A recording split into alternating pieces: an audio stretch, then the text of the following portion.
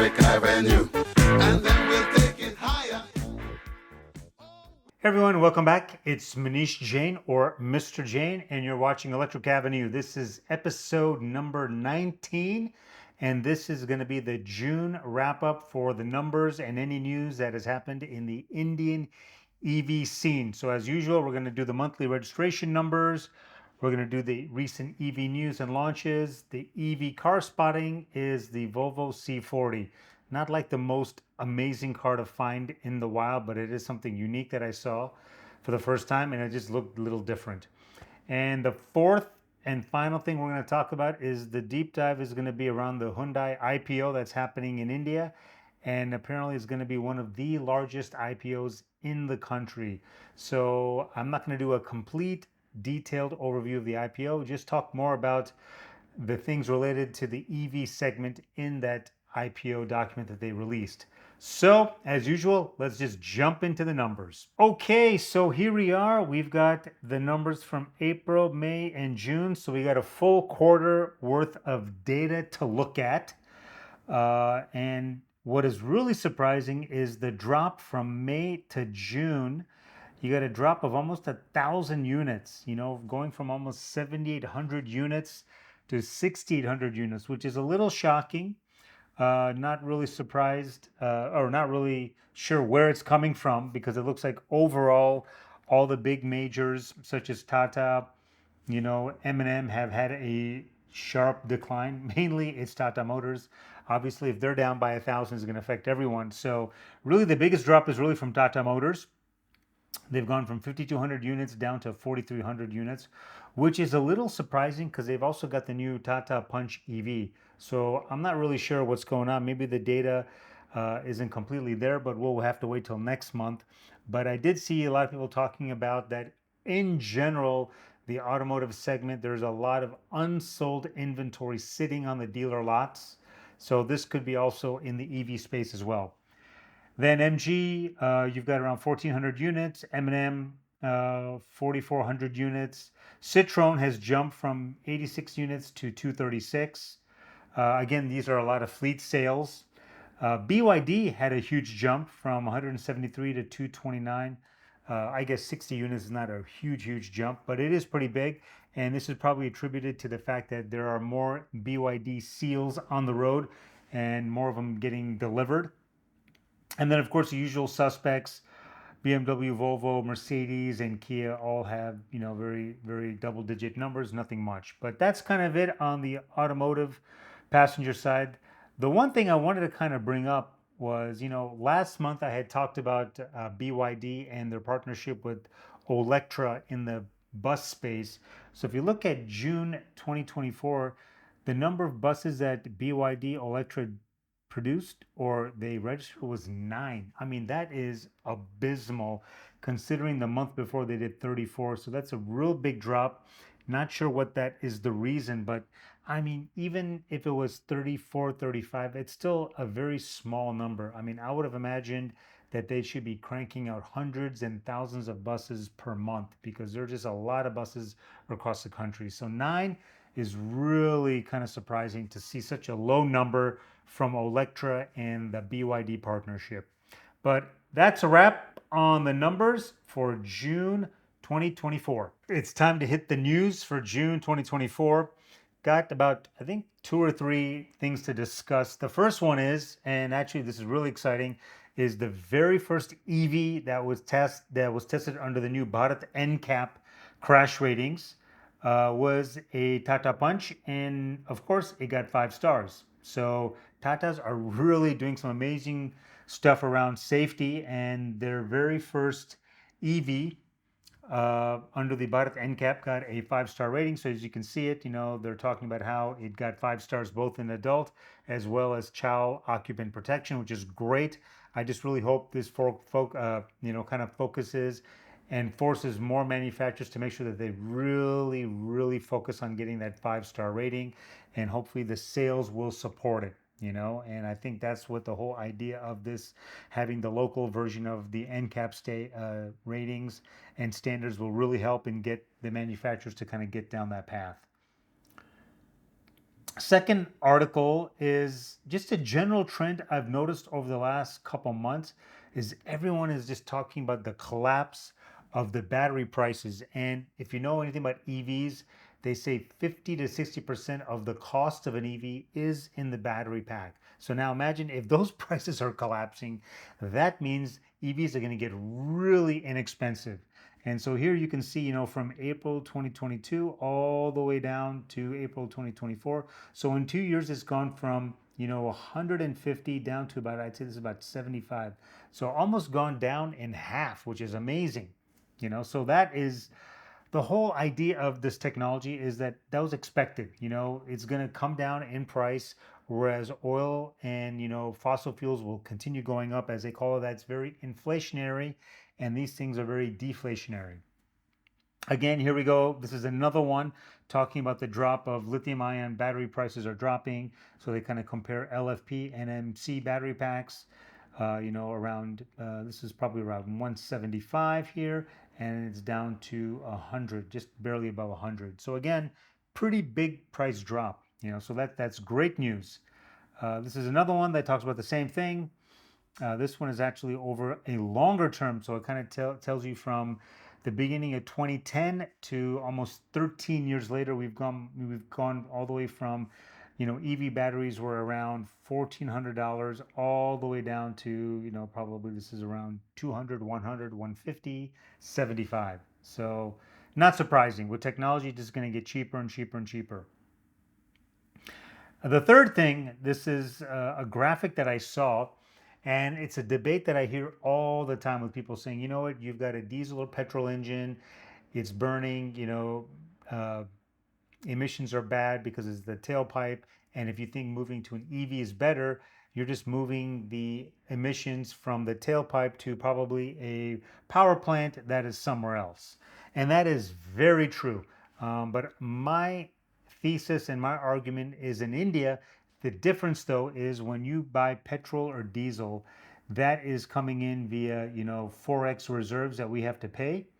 Whereas this power plant here, somewhere in India, is powered by coal, or more than likely dirty coal, that is available in India. So there is no forex, going out, foreign exchange going out. So it's actually local, and so that is at least helping the economy to some extent. Now, emissions wise, not great, but at some point we will also then, basically detach from this power plant, and hopefully at some point this power plant will, be powered by something more cleaner, whether it's, hydroelectric power, whether it's, solar. We don't know, but the truth is you got to start somewhere, and I think that's a great first starting point, is get the cars to be electric, and then we can worry about the back end later on. So that's kind of interesting to see that. And this is a perfect example of what they're kind of saying is, when you look at gasoline vehicles, the amount of emissions is very high. When you've got an EV charged on the grid right now, yes, you've got coal, you've got nuclear. I'd say that in India, this is probably 98% coal. So I would imagine this is still going to be very high. But again, it goes back to what I think is a government trying to control inflation, because one of our biggest outflows every month is our petroleum bill. And if we can kind of control that, at least it's in our power by having locally sourced coal. And then, of course, the whole idea is you have an EV charged with renewables, and then, of course, it's all zero. So that's the end goal, but it doesn't happen overnight. And that's the funny thing. People just expect it to happen today.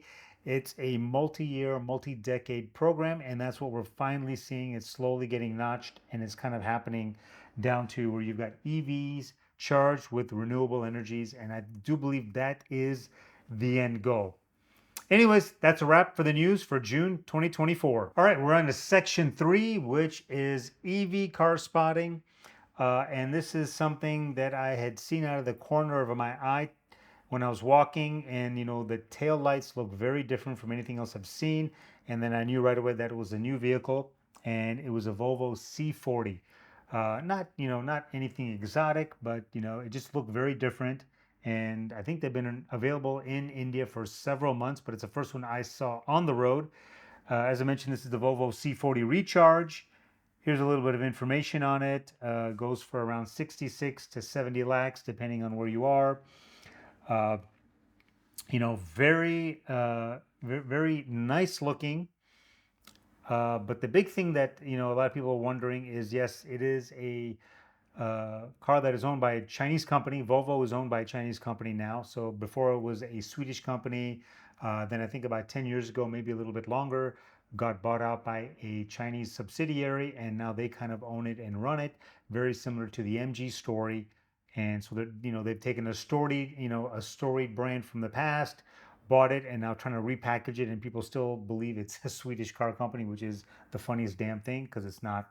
But anyways, like I said, looked very cool. And, hence I thought I'd just kind of show you in this segment of EV car spotting. All right, we're at the end. We are going to do a deep dive into the new Hyundai IPO that just came out on the market.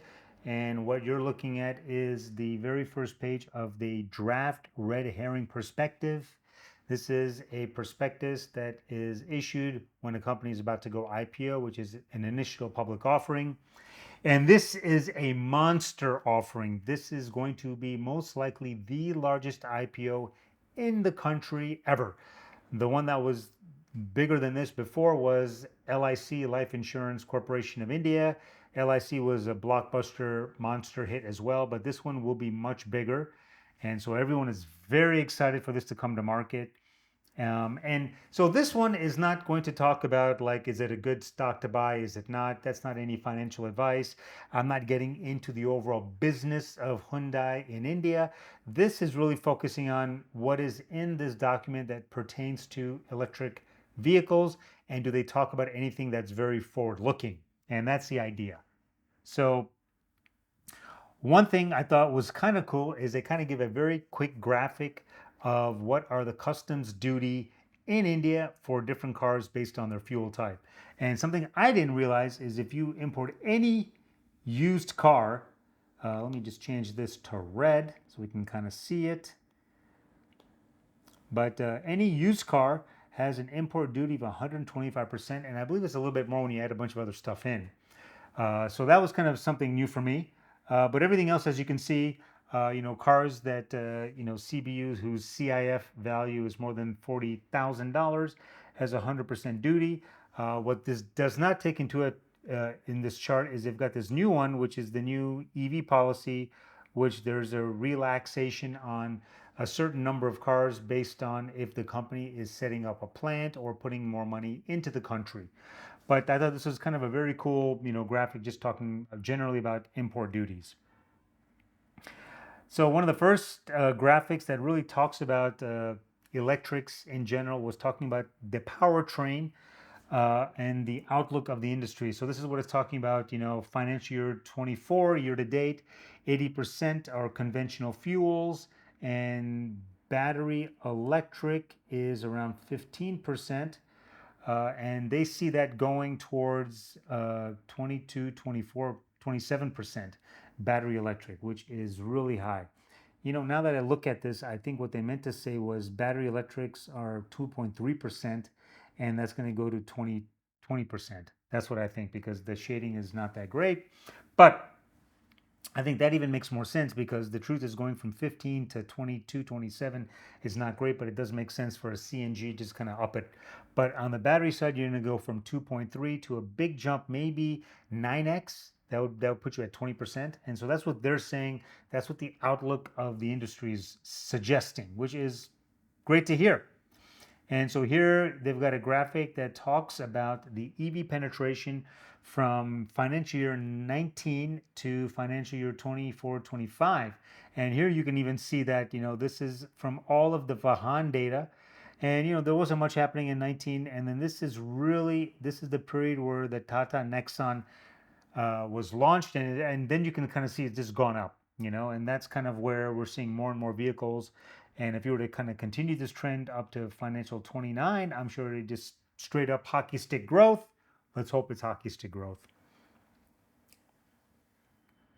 And here you talk about the different players and how much they are actually benefiting from it. So as I said, in financial year 1920, Tata Motors, 11%, which is very surprising. This must have been, I'm trying to figure out what vehicle would have been back then.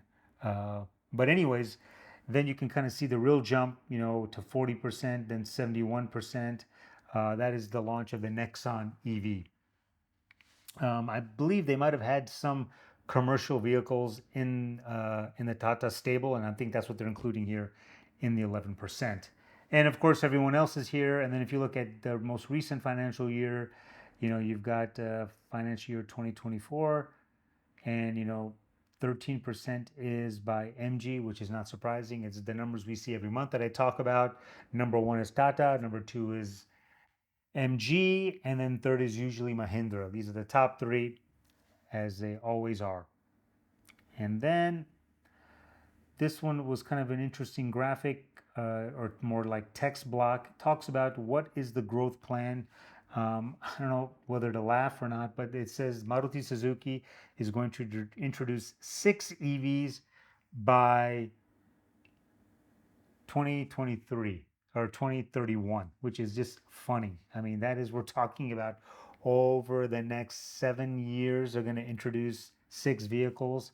I mean, let's see. I find that hard to believe because they've just been very slow. Maybe they're very diligent about it.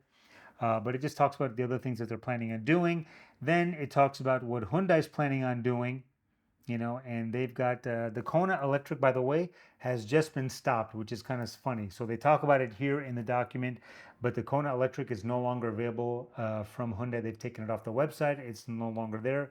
The only electric you can get from Hyundai today is the Ioniq 5, and they are planning on introducing several more vehicles. There's one that just got announced, the Inkster, globally. That may most likely come to India, but I think the government is really, or the company is really focused on working with the government and producing these cars locally, not importing them, not doing, complete knockdown kits, the CKDs. They want to actually assemble them, manufacture them, buy the battery technology from local players so they can bring down the duty and bring down all the costs, so it becomes very economical for people to buy them. So that's kind of what Hyundai's plan is. And like I said, this was not really meant to go deep into the document. This is over 450 pages of just raw numbers, talking about the growth strategy of everything. But personally, in my mind, I think what Hyundai has done over the many, many, many years is amazing and admirable. I mean, to compete against Maruti is not an easy task, and they have somehow pulled it off. And I think, now Hyundai is going a little bit more premium, and I think that will be we'll be able to see that when they kind of release more and more of their EVs to kind of see where they are. But if you look at what they've gone with the Creta, that's gone a little bit more premium considered where they started the Creta many years ago. They're adding more and more features, and I think they're just trying to leapfrog Maruti. I think Maruti will always be low cost, and I think once you graduate from Maruti, then it's just a logical step into Hyundai. Which kind of begs the question is, like, why wouldn't Maruti kind of say, hey, we've got the low end. Why don't we try to maybe also have a premium brand? I know they're trying to do that with the Nexa, but I just don't think it's cutting it. But anyways, that's my take. And that is a wrap for episode 19 of Electric Avenue. And I will see you next month. Take care. Oh no, we're gonna rock down to Electric Avenue, and then we'll take